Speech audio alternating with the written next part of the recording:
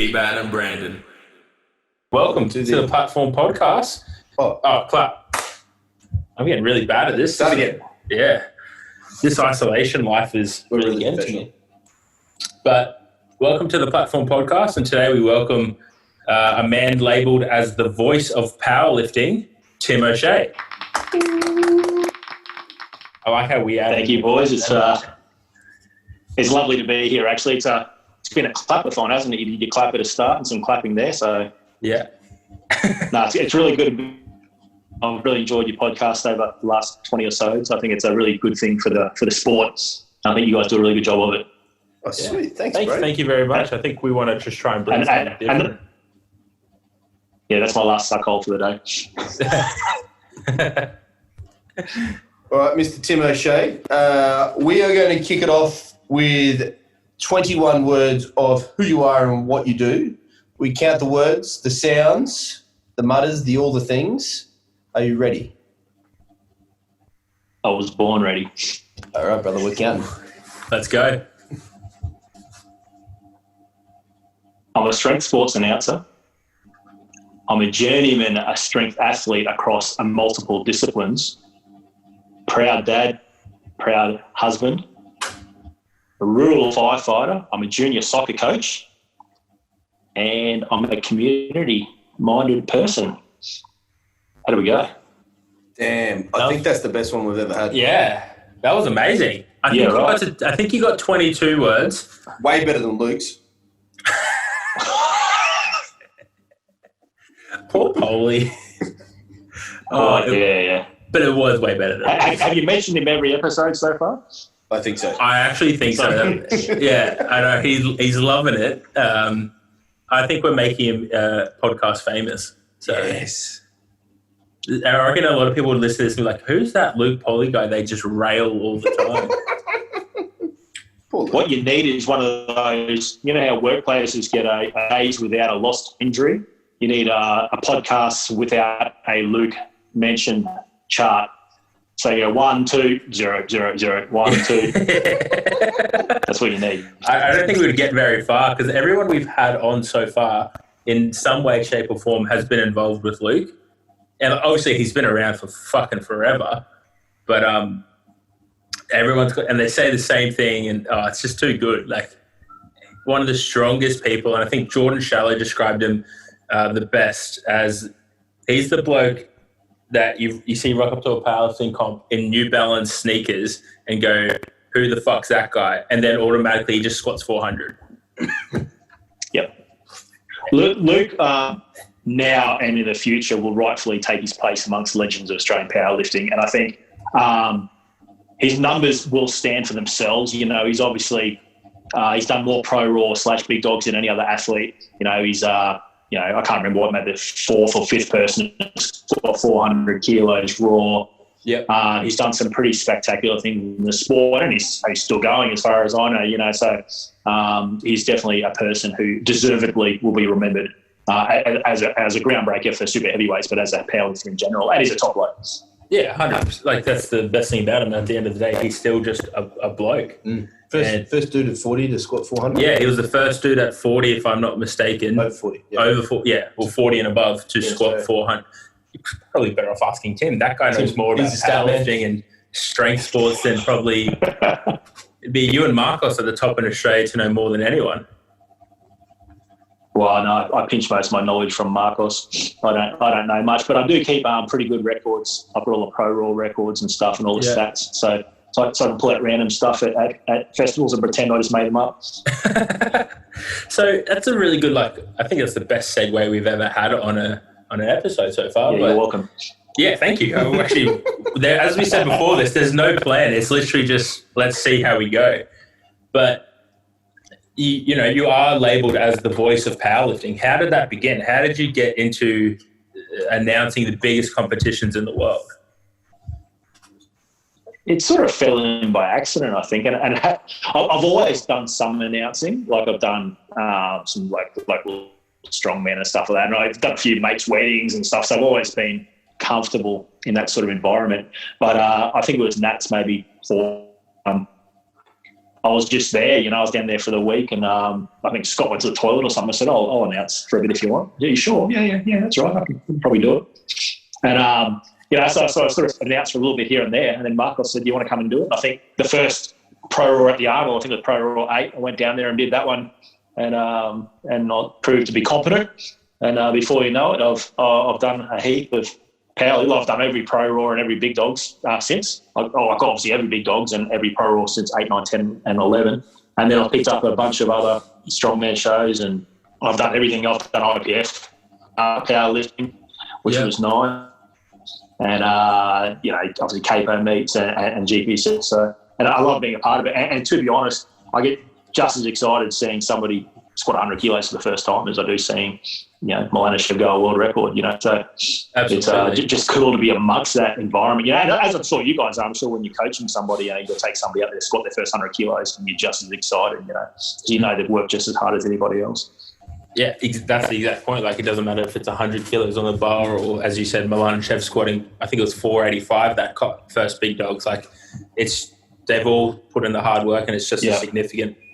What sort of preparation do you put into your, your MC stuff? It's Pro Raw weekend. Are you doing some research and working some stuff out before it? What's that sort of look like for you, bro? Yeah, so Pro Raw is a tricky one because obviously it starts with a list of athletes. Mm-hmm.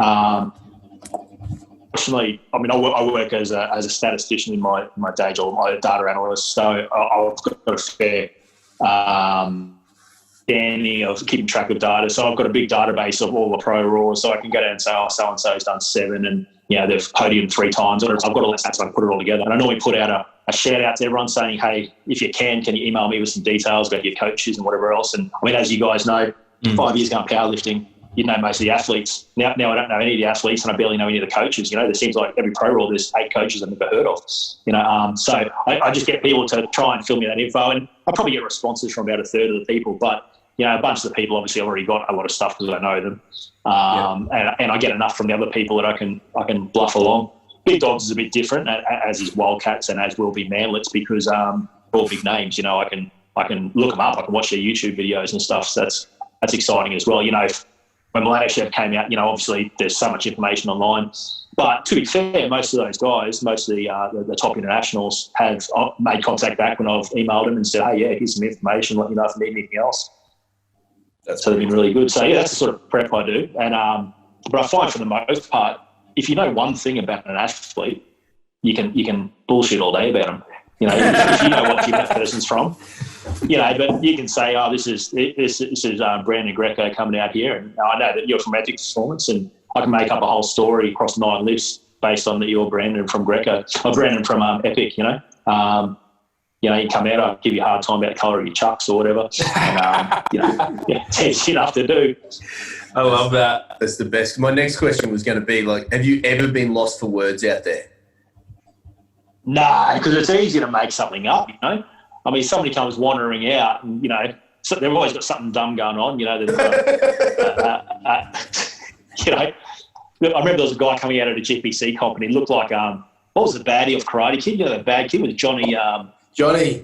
Sweep the leg, Johnny, sweep the leg. Yeah. A bloke came out, he looked like him, this kid. He was at a GPC comp and he was awful, this kid. And I'm pretty sure he bombed on squats. And by the third squat, the Karate Kid, I felt awful because I'd be giving the kid a hard time the whole time. So I think he still came out and benched and deadlifted, and I'm like, here's John Smith, whatever his bloody name was. Here's John Smith, and he's putting a big effort in today, so get behind him, ladies and gentlemen. That's awesome.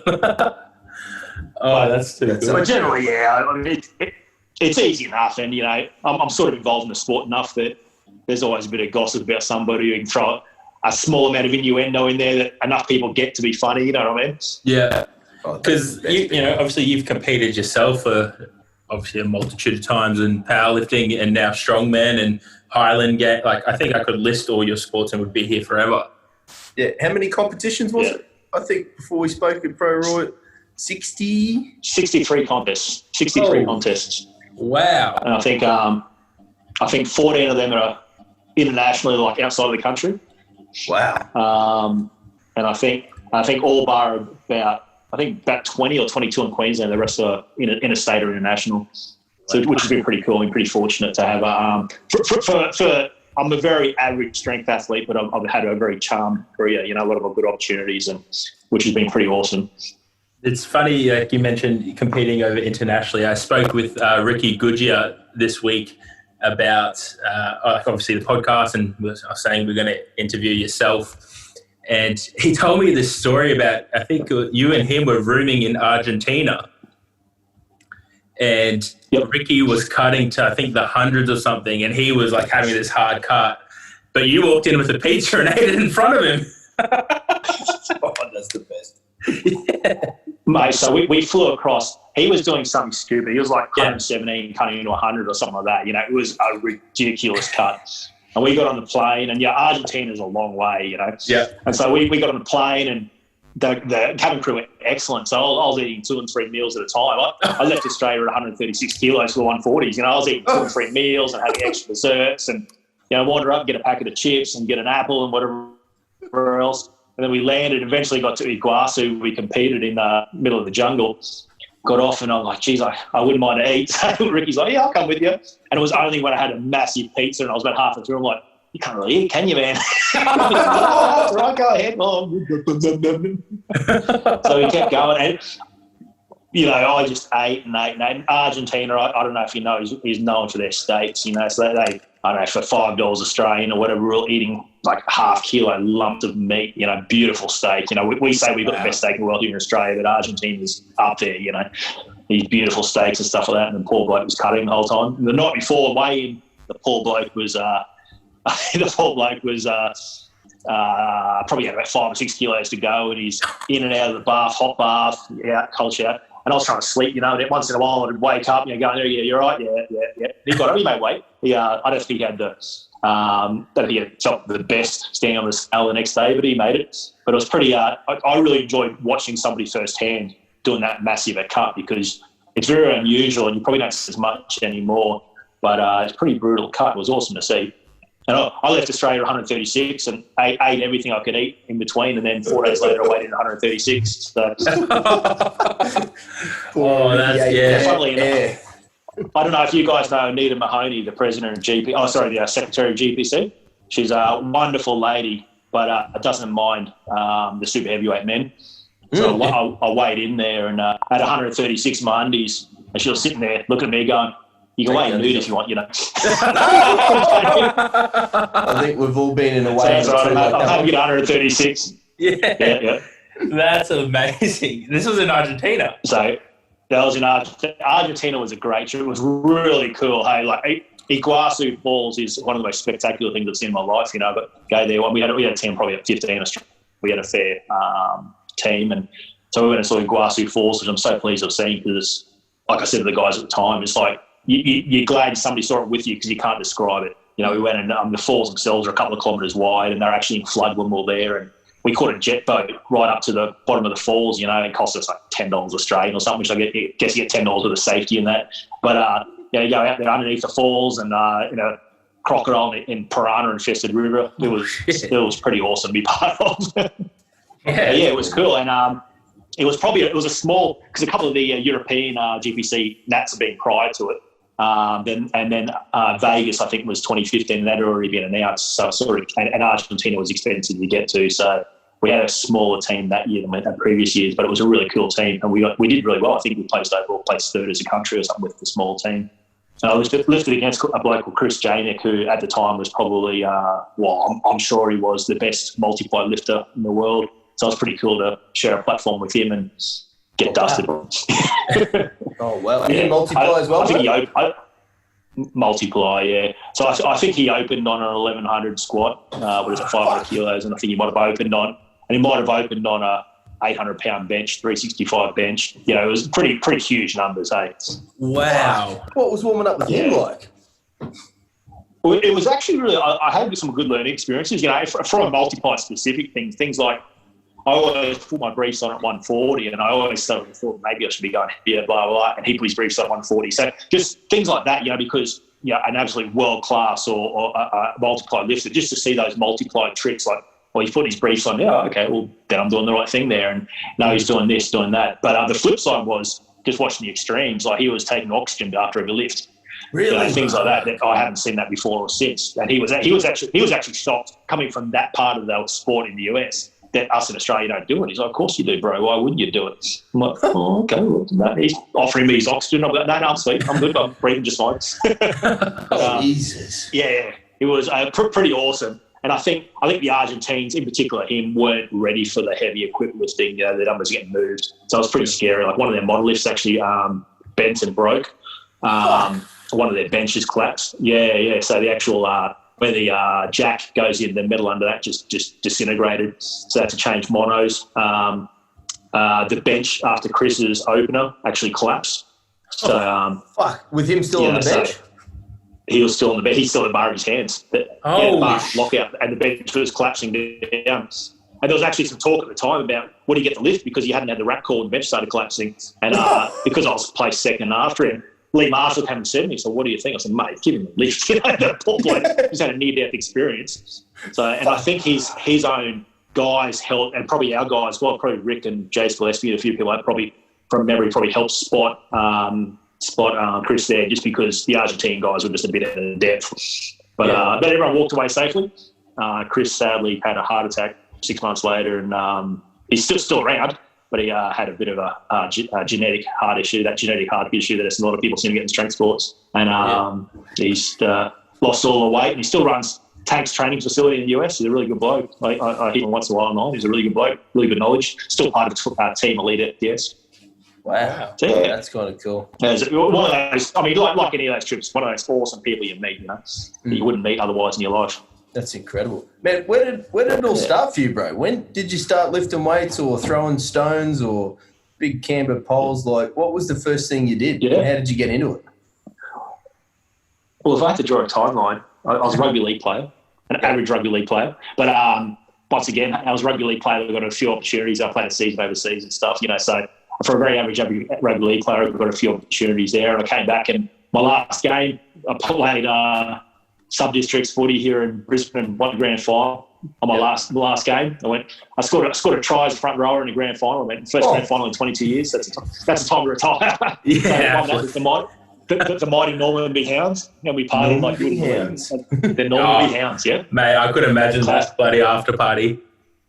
It was mate, I came home 2 days later, and I'd only been with Jodie for about a year or so, with an X shape in the top of my head that I had no idea why it was there or how long it would be there. And so that's amazing. A lot of memories of that 3-day Mad Monday or whatever it was.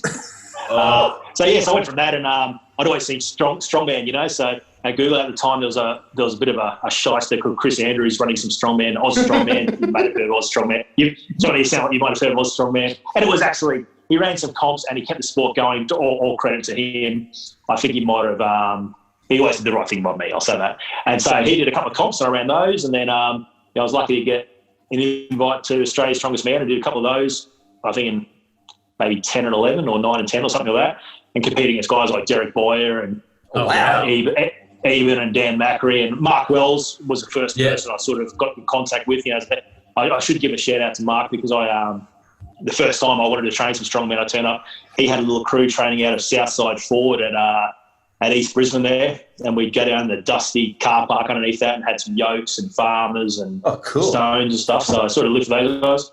So it was him and Eben and Matt Butler and a few people like that, like some really legends of the sport that are still around, Yes. And so strongman comps there, and then one day there was a half strongman, half Highland Games comp, so I had to learn how to throw on the second day of the comp. I had no idea what I was doing. Did that and enjoyed it. And then obviously powerlifting started taking off. I did the first Buster Nut.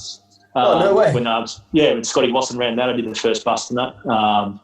And then at the time, because my background was, I'd been around like watching Elite FTS and all that sort of stuff. Yeah. So multiply was the thing. And I sort of went down that route and everyone else went the other route. So did a few years. I think I competed 5 years or so in multiply and doing a couple of comps a year and did a few nationals and whatever. What was your best total, bro? Multiply?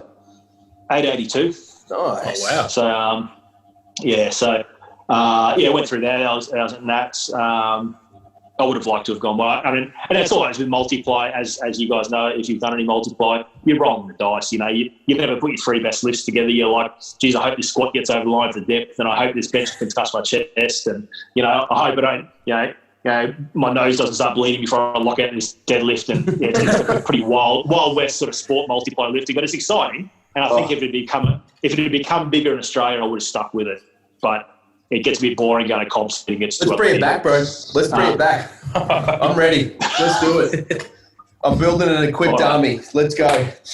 I've got my squat suit. I've got my gym at home. I've got my squat suit actually on a mannequin in my gym at home. So yeah, I'm ready. It's sitting there ready to go. It looks at me. Fucking done. You were. I remember doing the podcast with Scotty, and he was saying, like, you know, you're a part of the morning crew over at HEC Brisbane when it, you know, moved to Melton Road and really started to take off. And you would have been pretty much bloody squatting big numbers, trying to get yourself in a suit at like 6 o'clock in the morning. Oh, 5 o'clock, yeah. So I had a crew of not a lot of us, maybe 6 or 7 of us. So there was actually there was a little workshop next door. And I don't know if Scotty knows we used to do this. So sometimes when I had big singles, we'd go get the boys from next door to come over and help spot. And these guys had no idea what was going on. Fuck. You know, to spot this. And, you know, I think my best squat in that gym was 410, you know, and, you know, these guys, they're spotting. And I think back now, going, it's a wonder I didn't die, you know, because I was with a whole lot of people that were great people, but probably weren't quite as strong as I was. And a couple of helpers from next door who, you know, had just finished a ciggy and a morning coffee and squatting some 350 plus numbers, you know, and pretty shakily. So, but we got through it unscathed. Yeah, that were good times. There was a really good crew there. You know, we had about probably 10 of us, and we all trained together. And it was an environment in the morning there where when one person stopped for a max lift, everyone cheered them on. You know, that sort of environment. You know, when everyone knew what everyone had coming up, and it worked really well. But I mean, not unfortunately. Fortunately for me, I lived on the coast and worked in Brisbane, and I got moved to the coast with work. So that sort of fell apart when I left there, and I guess Scotty's always had a morning session since, but, you know, it's different now without just our crew doing it. But they were awesome. And I look back at photos from those days, you know, it was a dirty little concrete bunker that we thought was state-of-the-art, because at the time, compared to anything else in the powerlifting world, it was. You know, and you see what the offerings are now. People have gone out and spent $100,000 on their powerlifting gyms, and it's a bit of a different world.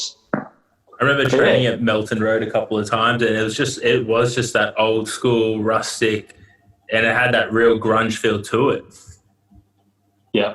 Well, early days for it was he'd just moved from Colinga, so he only had that amount of equipment, so it wasn't even much there. It was mostly concrete and dust. You know, so then he was building equipment in the front room, and some nights he'd come out and he would have been welding in the main part, so we'd have to walk around some welding slag to go and squat or whatever. So it was, I'm sure he came out and cleaned it up before it was busy in the night time, but sometimes he'd had big days, I think. Yeah. But yeah, so after that I went through it, found when I did a lot of Highland games, so I've got a few invites down to do some big Highland games. I've done a few Highland games. I'm awful at it. I'm a terrible thrower. So good throwers are good throwers. I'm a strongman that's a very average thrower, but I love being part of it and going out there. I mean, you wear a kilt, you listen to bagpipes, and you drink whiskey while you throw. So there's nothing else like it. That's a pretty good day out.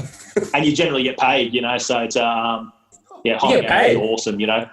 Oh yeah, yeah.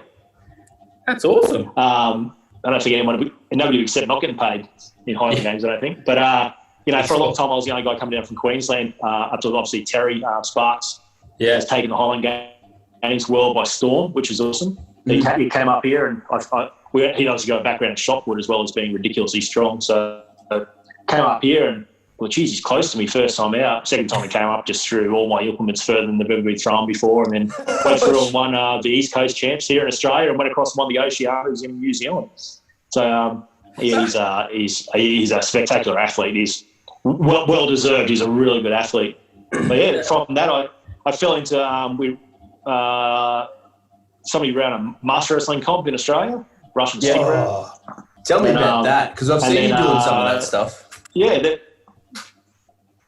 we nominally ran an Australian Nationals, and I won it, you know, on a field of about 3 or 5 or 12 or something. So I won an Australian Nationals, and that's fun, you know, because it was fun. You know, you sit facing somebody and you basically try and take the stick off them, the muss. And I got an email out of nowhere from the Bangladeshi sports Authority or Olympic Sports Authority invited me to come compete in Bangladesh. Really? And yeah. And so all expenses paid, blah, blah, blah. I thought, this sounds pretty good. And so I went through all that process. You look at the Australian Smart Traveller and they say, do not travel. Oh, you're right. And I contacted my mate Ahmed Tawfiq Mohammed, who's Singapore's strongest man. So what do you think of Bangladesh? Oh, it's all right. Just don't eat the food and travel in a convoy. Don't travel anywhere by yourself. And you'll be sweet. And then just then, a few years back, the Russian ambassador to Turkey got shot. And all of a sudden, don't go anywhere where Russians are. It was a thing. I was like, that's enough red flags for me. I'm out. So I pulled out of Bangladesh. Yeah. I thought, that's it. I'll never hear again. And then, since then, twice the Russians have contacted me and invited me over. Once I completed in Vladivostok at the Cup of the Pacific, and another time in Yakutsk, which is the coldest city in the world, in the World Championships. And both, and I mean, 100% at their expense. Oh, wow. They pay for everything, yeah. And it's just spectacular, really spectacular. The Russians treat us like kings. And from, Yakutsk is that's the capital of the Sakha Republic, which is in the Far East, like Siberia, that region. Yeah. For them, I guess, an Australian is as exotic to them as a Siberian person is to us, Yeah. And their President Putin is huge on traditional ethnic sports, of which martial wrestling is a traditional ethnic sport for them. And so he puts a lot of funding. So their top athletes are full-time professionals. Their administrators are all full-time professionals. When we went over there for the Vladivostok comp, we're staying in nice accommodation, getting driven around in a bus with a master wrestling logo down the side, and getting fed and booze and more, as you'd expect, more vodka than you can know what to do with. Jeez. So, how'd you go in competition? Unreal, but Yakutsk was something else. So Vladivostok, we had a lot of problems getting there. Whole long boring story there. We got stuck in China for a day, and then had to go via Moscow, which is like going to Sydney to Brisbane via Cape Town. It's a 11 hours out of your way. But anyway, so got to see a bit of Guangzhou, and got to see a bit of Moscow. Spent a few days. Got there like the day we competed, and my goals were don't come last and beat a Russian. So I did both those things. I beat a Russian, and then I didn't come last. So it might have been 12 of us, and I placed 5th, I think, which was pretty cool. That's cool. So it was really cool. We competed there, and Putin was in town, so Putin watched us compete. Got to meet the Russian sports minister, which was pretty rad. They had an enormous crowd, like really wealthy people here. There was I can't remember what they called it. It was like a forum of the East or something like that. It was for like community leaders and ambassadors, and so they were giving us like jars of calamari and bottles of vodka and like really heaps of money, heaps of ethnic stuff going on, like heaps of ethnic displays.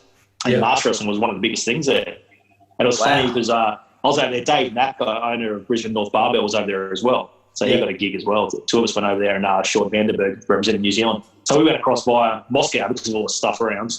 And the whole way along, I've been practicing my Russian. I learned Spasiba.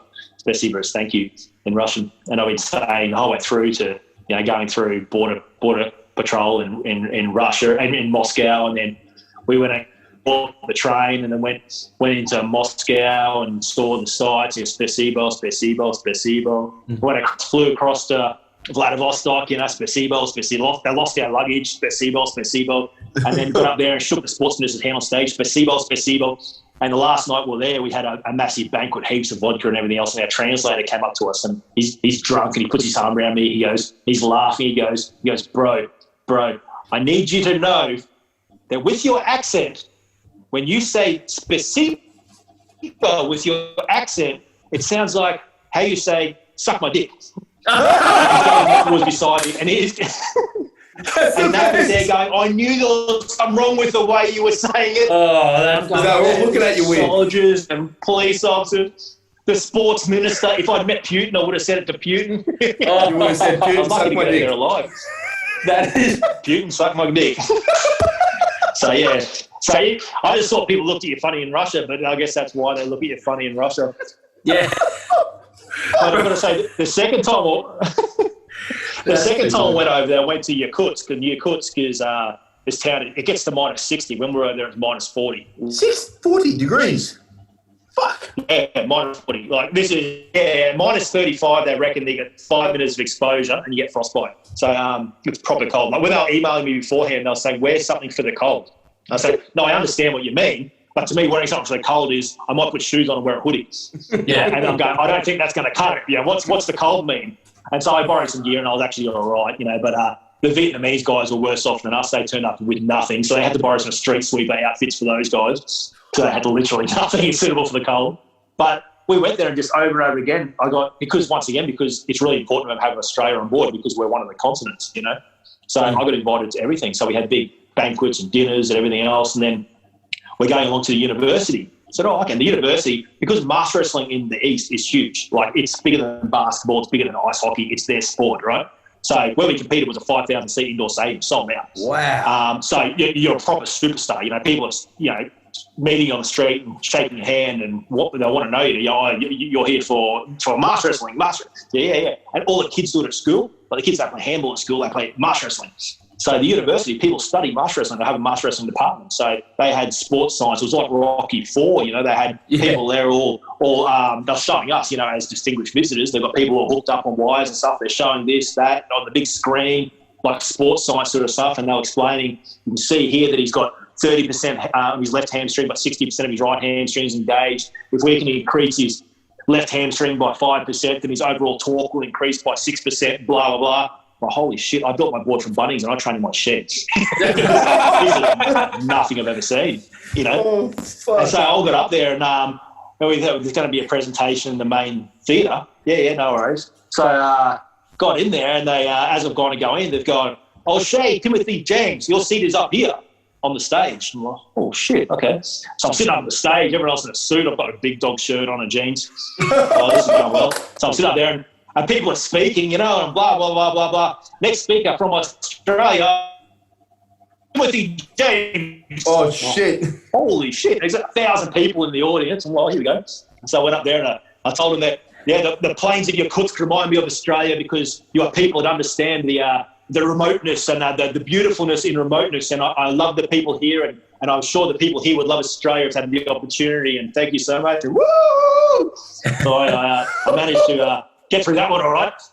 And the next day I was staying there with Ode Haugen. You guys know Ode Haugen. You know, he's one of my favourite people I've met in strength sports. You know, he's a legend of strength sports, competed in World's Strongest Man. Yeah. He's you know what I'm talking about, right? And so, yeah, I met him in Vladivostok for a day, you know, so I thought I knew Ode, but then I pretty much spent 2 weeks in each other's pockets here in Vladivostok. And so we got invited along to go on the Russian morning show.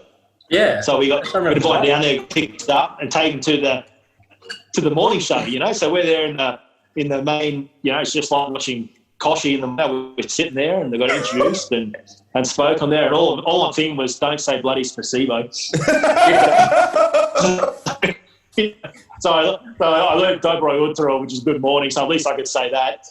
And then so I probably realised how big a deal it was when our translator was saying, everybody I have ever met will see me today. I was like, oh, shit. And Ode and I looked at each other going, I suppose this is a big deal, you know. Nobody I know is going to see me here. I'm just going to put it up on Instagram. But, yeah, so it was pretty cool as well, you know. So just the opportunities there, you know. It's just so much fun. And as I said, they're paid gigs. So I really would love to grow that sport a little bit more in Australia, you know, but unfortunately my skills as a sports administrator aren't that great, but I've been doing my best, and we ran a nationals last year with 40 people, so we're off the ground.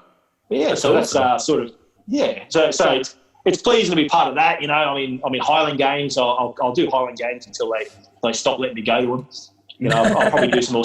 I'll do more strongman here and there. You know, I normally do a couple of games each year. You know, I go out and do.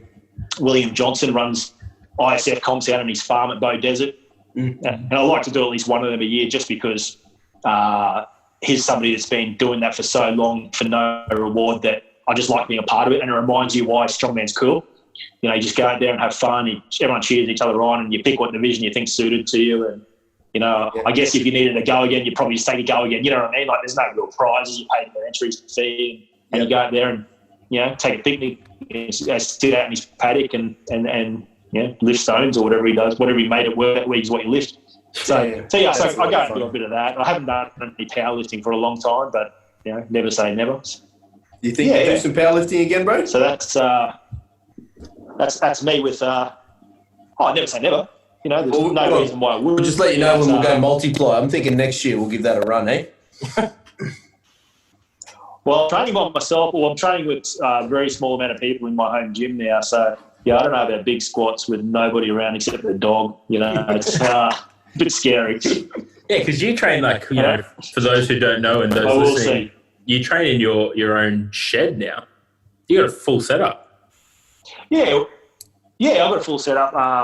So I train at Muscle Hut, is my gym. Yep. But obviously, we built the shed a couple of years ago. I've collected. Well, I've been watching people with home gyms. People are going out. Obviously, the prices people are asking and people are paying are just obscene at the moment. But in my year, I've just, you know, I don't think I paid full price for anything. You know, most stuff is either off the scrap heap or very, very old.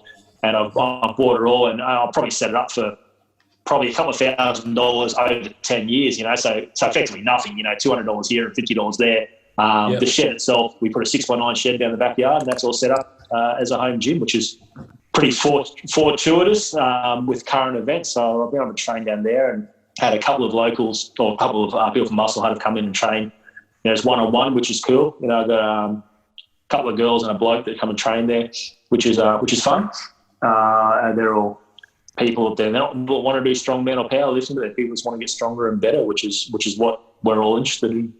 Absolutely. So, yeah, but it's cool. It's cool to train out here. You know, I live up near Mount Tibrogargan, so I can see as I squat, I can see Mount Tibrogargan over there with the sun coming out in the morning. It's a pretty nice place, part of the world. Yeah. That's an incredible place to wake up in the morning and start your training day from.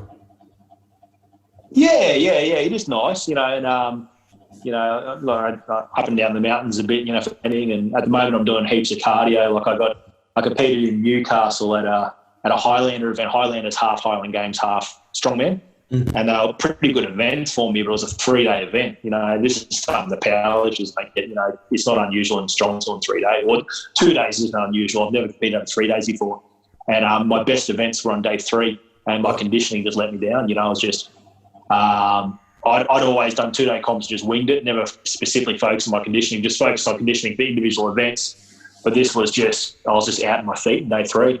So I really learned a lesson then when it's, you know, 42 years of age, it's a bit late to be learning lessons, but I learned a lesson then. So I've been adding in a heap of extra conditioning at the moment, and I'm doing a lot of boxing and, you know, sprints and that sort of stuff, you know, with that conditioning as well. And I've always done, you know, like walk stuff. I've always walked 20 or 30 Ks a week, you know, to really, you know, being 140 kilos, I like my heart to keep ticking over. But, yeah, the higher intensity stuff is really, I think it's really going to reap some dividends with not only with my sports performance, but also my sports longevity. I really like to, as I said earlier, I've done 63 contests. I set a goal when I went past 50, I decided I want to do 100 contests by the time I'm 50. That's and I don't, yeah, and I don't want to start doing. I've got nothing against masters, but as long as I can be competitive in opens, I don't want to do masters. I want to do open level comps, and yeah, it'd be nice to do 100 comps and 100 legit, you know, high level as I can do contests, you know, and just be part of that scene. That's awesome, man. And now up your way there near the Glasshouse Mountains, you're also involved with the Rural Firefighters as well, bro? Yes, I'm a firefighter with Glasshouse Rural Fire Brigade, which is awesome. You know, it's a good opportunity to be part of the community and do some cool stuff. Obviously, the last 9 months or whatever, since middle of last year, there's been some pretty big fires up here and in the state. So I'm not sure how many days I spent on the fire ground in the last 9 months, but it was a lot.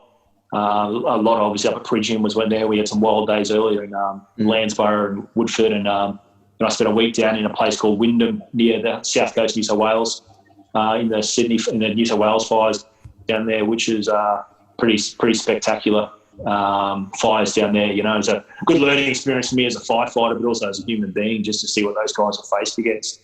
Wyndham, where we were, is in a valley, and they had the border fire coming north. Jess Ford, a powerlifter, you guys might know Jess. She lives down around that area. You know, in contact with her. You know, she's like, if it comes over Big Jack Mountain, that's where one of the fires was, basically at the back door. You know, so they had the Big Jack Mountain fire going one direction, and the border fire coming up. And these are fires that are hundreds of thousands of acres. You know, and they were coming together. And the people in this town for I think for 90 days, they could see the fire but couldn't do anything about it. You know, just sat there and waited for it to come in, and then it'd sneak in and burn this and go back over, and you know, sort of hit the town when we were down there. So we got to be part of part of that. You know, sort of. I got to operate. First time I operated as a crew leader, and so I was responsible for a crew and a truck. You know, and in pretty interesting. It was pretty exciting, as you'd imagine. But we our team got through unscathed, and got to do some cool stuff. We got to save a couple of houses, and unfortunately lost a couple of houses, and you know, said goodbye to that community. The community were unreal. You know, you've got people down there who's the fire station, as you'd probably imagine, became the centre of town, and people down there.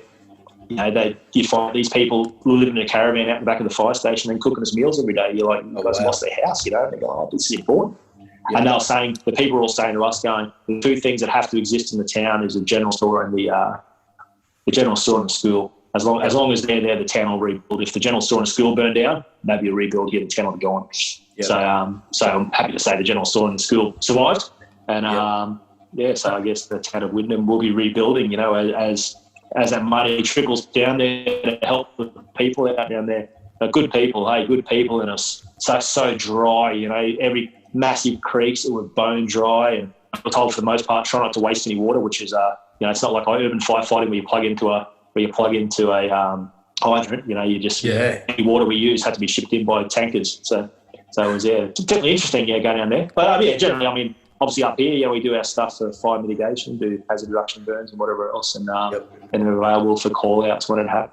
Yep. So life of a firefighter, I guess, or a rural firefighter. It's a pretty cool part of it, you know. The professional firefighters, the Queensland Fire and Rescue, they do their thing, we do ours, and I guess they deserve all the kudos they get because they're the professionals, you know. But the guys I work with are pretty knowledgeable blokes. These blokes been around 30 and 40 years that know the bush like you wouldn't believe. They know fire behaviour as well as anybody, so it's good to be part of it. That's an awesome thing to be part of. Yeah, that's incredible, bro. To be a part of the community and do your part to be able to help it. Yeah.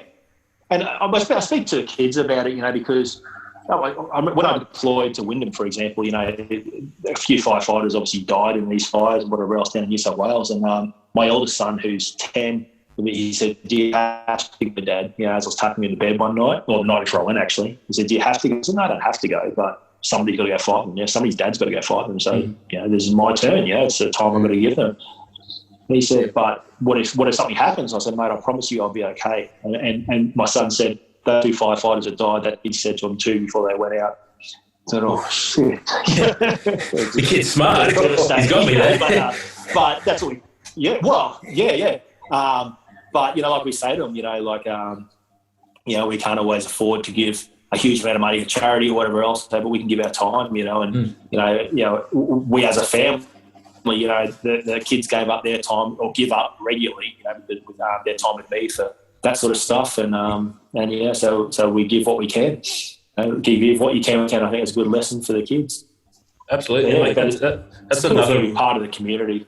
It's a really good segue again, because what I wanted to really touch on is that, you know, you're talking about you work your job as a statistician, you compete in all these sports, you're a rural firefighter as well, yet you still find the time to impart, you know, your wisdom, your experiences on your three kids. And what I love about it is seeing how you know, I wouldn't say push them, but promote them to get into their training. And, you know, we see the videos all the time of, you know, the kids doing their boxing or doing their laps. And it's like, it's really cool to see that.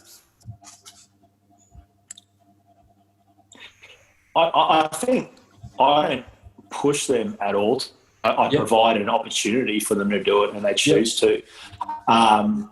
You know, like any coach, I'll use that term loosely for myself because I'm not a coach as such, but like any coach, I'll push them through a set, or I'll push them through a 100-meter run or whatever else, but I don't push them. You know, if you're going to train, you're going to train hard, but if you don't want to train, that's fine too. So both boys play soccer. Maddie played at Division 1 level last year under 10s. Obviously this year's a bit different. Brooke plays netball and all three box as well.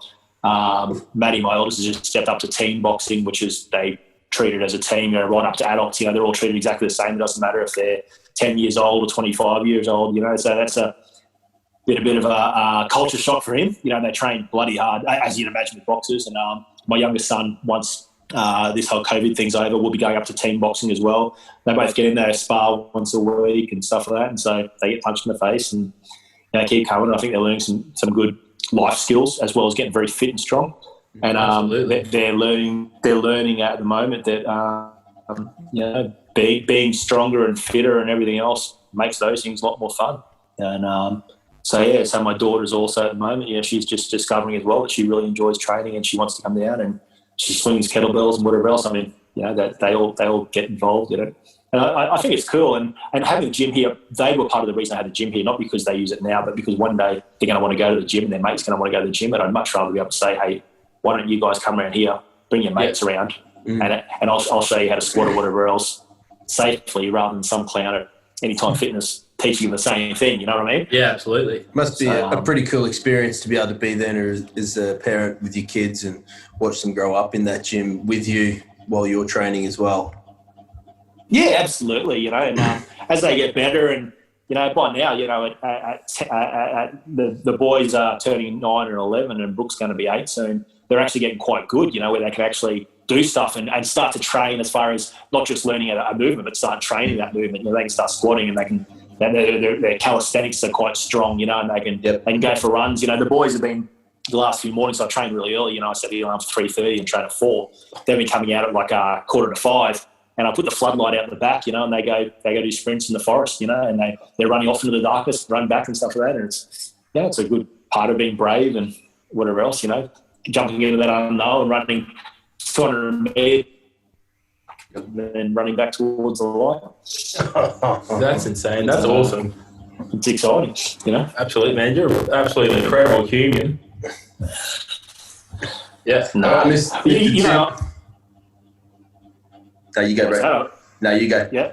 Oh, okay. I was going to say, as far as the time goes, for a long time I worked 3 jobs. I worked full-time with Queensland Health was my day. I worked a couple of nights of security each week. I did that for well over a decade. And I worked for 10 years. I worked as a statistician at Fox Sports as well. So once I wasn't doing the extra 2 jobs anymore, it feels like I've got all the spare time in the world. I coach one of the soccer teams and stuff. So, we're taking a couple of nights training and games on the weekend, and I got all this time to myself that I didn't think I'd ever have. So it actually, time-wise, I feel like I've got plenty of time, It's just I have to get up at 3:30 in the morning to do something for myself. I like it. All right, Mr. Tim, we have 10 very big questions. With the questions, you must answer first thing that comes into your head.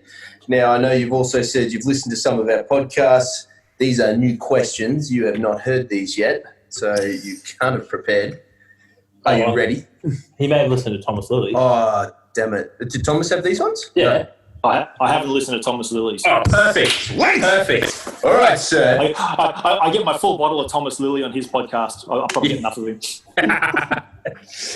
Where is the place you would love to travel or explore? I want to get back into Western Europe, France and Spain and that sort of area. Awesome. Iceland, Scotland. Oof. Yep. If you could travel to Mars, but you know that you can't come home, would you still go to Mars? No. Can you dance? I lost you on that one, mate. Can you dance? The beer bar internet's not doing us any favours. Can you dance? Can I dance? Yeah. Mate, once I've got my school shoes on and half a dozen beers, I can dance better than anybody. Yes. What is 12 times 12? 144. Correct. What sport or activity do you wish you could do or would like to do that you've never done before? Massive endurance events like Ironman triathlons. Oh, nice. Now, Tim, you're given an Just elephant because it's something that so far... Yep. for 24 hours. What would you do with it before you have to return it? I'd ride it and find a way to deadlift it. That's the best answer. Describe your life in one word. Full. Favorite sporting memory for yourself?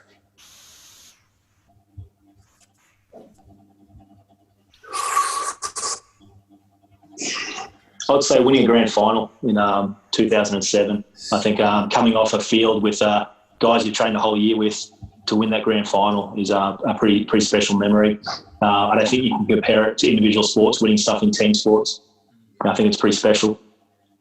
Tim O'Shea, how long is a piece of string? It's as long as you want it to be. Now, if you've got your phone there, that'd be good. What is the last piece of music you listened to?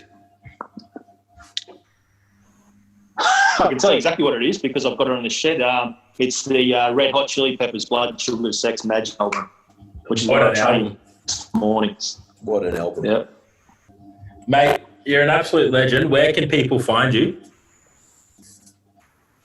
Oh, if they're really looking for me, they can come see me at 3:30 and train in my gym more than welcome to. Or otherwise, my Instagram's Tim00.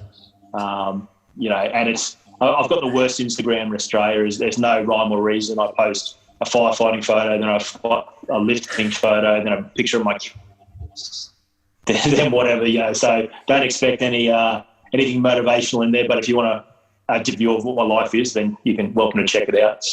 Absolutely, mate. We appreciate you coming on today and giving up your time, and we'll definitely catch up again soon. And I would love to hear more about these Highland games and all the shit. Yeah, we want to catch up with you when you're at 100 comps. Yeah, absolutely. Please do it before then. That'd be a while. I was going to say, I realised how long that would take. And I was like, we'll probably catch up before then. Sweet. Yeah. All right, mate. Boys, you stay safe, and we will chat soon. Bye. See ya. Got to clap. You didn't clap. Yes! Got it. Thanks, buddy. Thanks, bro.